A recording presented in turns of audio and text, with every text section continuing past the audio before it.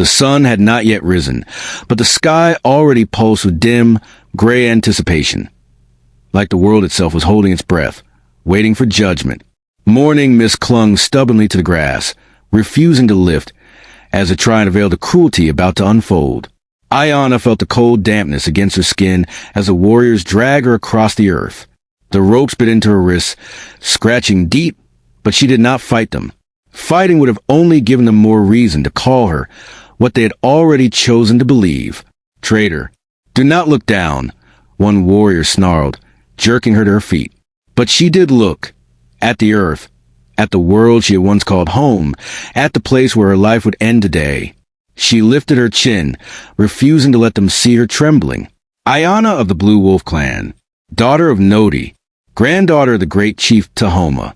But none of that mattered now, not when her own people had sentenced her to death. They dragged her to the riverbank, to a long strip of land where the clay was soft, good for burying. A mound of disturbed earth lay ahead, freshly dug. Her grave, the one they would force her into while she still breathed. An old woman, her face lined with grief rather than anger, stepped forward from the gathering crowd. "Child," she whispered, "run. Now, if you flee, they can claim justice was served." Ayanna shook her head slowly. "If I run, it means I accept guilt. And if you stay, it means you accept death." Ayanna's voice cracked, but she kept it steady.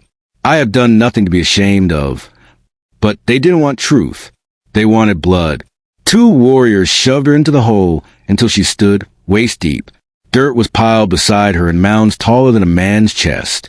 She clenched her jaw as hands, once belonging to friends, shoveled dirt back into the pit, packing it tight against her legs, then hips, then ribs. Ayanna felt the weight rising along her body, trapping her in the cold, suffocating embrace of the earth. Voices murmured around her. May her spirit leave quickly. She brought danger to the tribe. She lied for an outsider. Her breath hitched. Outsider. That word cut deeper than the ropes ever had. For him. Only for him. She had risked everything. And now she was condemned because of it. When the dirt reached her shoulders, she closed her eyes. Wind brushed her face softly, almost gently, like a mother soothing a frightened child. "Enough," the chief commanded. Shovels were lowered. Warriors stepped back. The tribe formed a silent circle around her. She was buried up to her neck. Her hair fell over the ground in raven black strands, dirt clinging to them. She could not move her arms, her legs, her torso.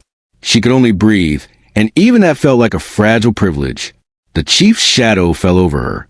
"Ayanna of the Blue Wolf clan, you stand accused of concealing an enemy scout. By our law, you will remain until the sun reaches its zenith. If the Creator shows mercy and you survive, your life will be spared. If not, your spirit will be judged." She stared up at him. Chief Nodin, he was not a scout. He saved my life. But Nodin did not look convinced. He wore a blue coat. He spoke the language of invaders. He carried their weapon. What else could he be? He was a man who did not flee when I screamed. But she did not speak those words. It no longer mattered. The tribe began to disperse. Some looked back with pity, others with satisfaction. Only the old woman lingered, whispering a prayer that drifted away on the wind. Soon Ayanna was alone. Birds began calling from the trees. Sunlight crept across the sky, slowly warming her face. Hours passed. Her throat dried.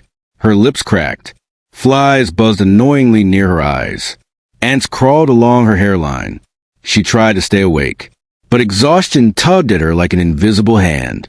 When she could no longer bear the humiliation, the heat, the thirst, she finally closed her eyes and waited for death to take her until a twig snapped. Ayanna's breath froze. Another snap. Soft footsteps. The sound of grass bending under cautious weight. A shadow fell over her face. She forced her eyes open and gasped. "You!" she whispered. The man crouched before her, dust-covered, limping, bruised, but unmistakably alive. Liam Harper, the outsider.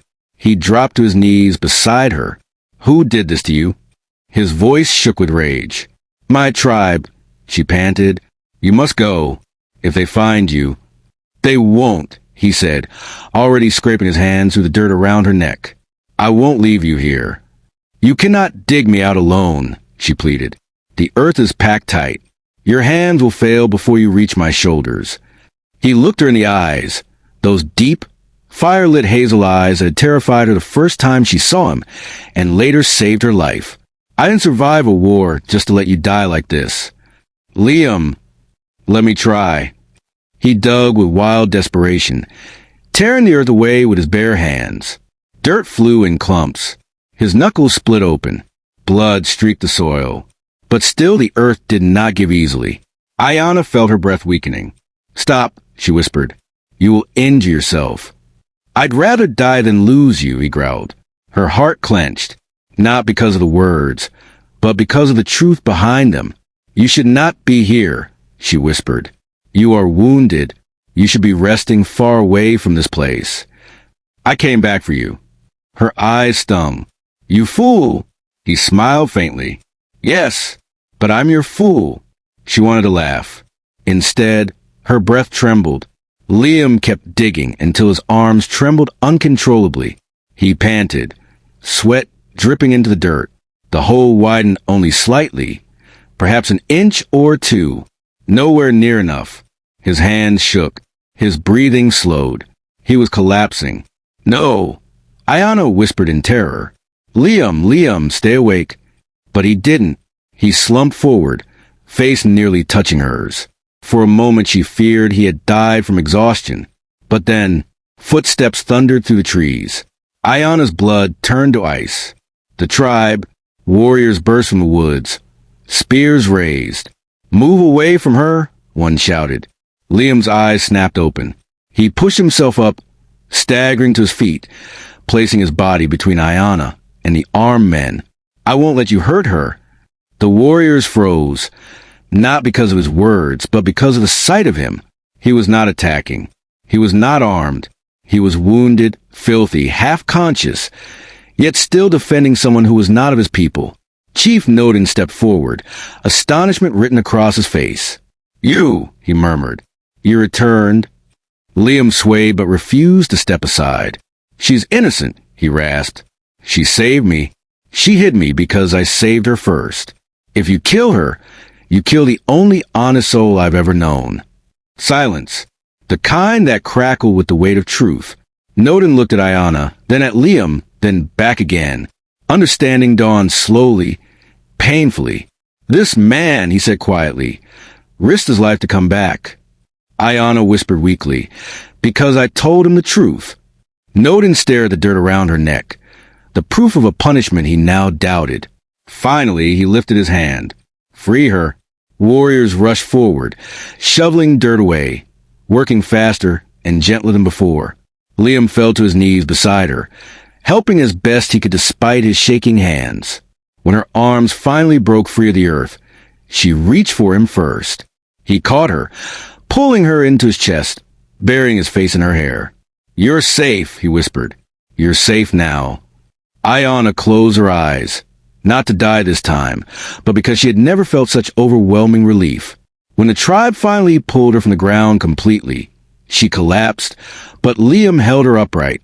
The chief helped lift her to her feet. "Ayanna," he said solemnly, "forgive us." She did not speak, but she squeezed Liam's hand, and in that silent gesture, forgiveness began. The tribe watched as the outsider, once feared, supported the Cherokee woman who had nearly died for truth. And together, limping, trembling, but alive, they walked back toward the village, toward a future neither had expected, toward a destiny written not by fear, but by courage and by love.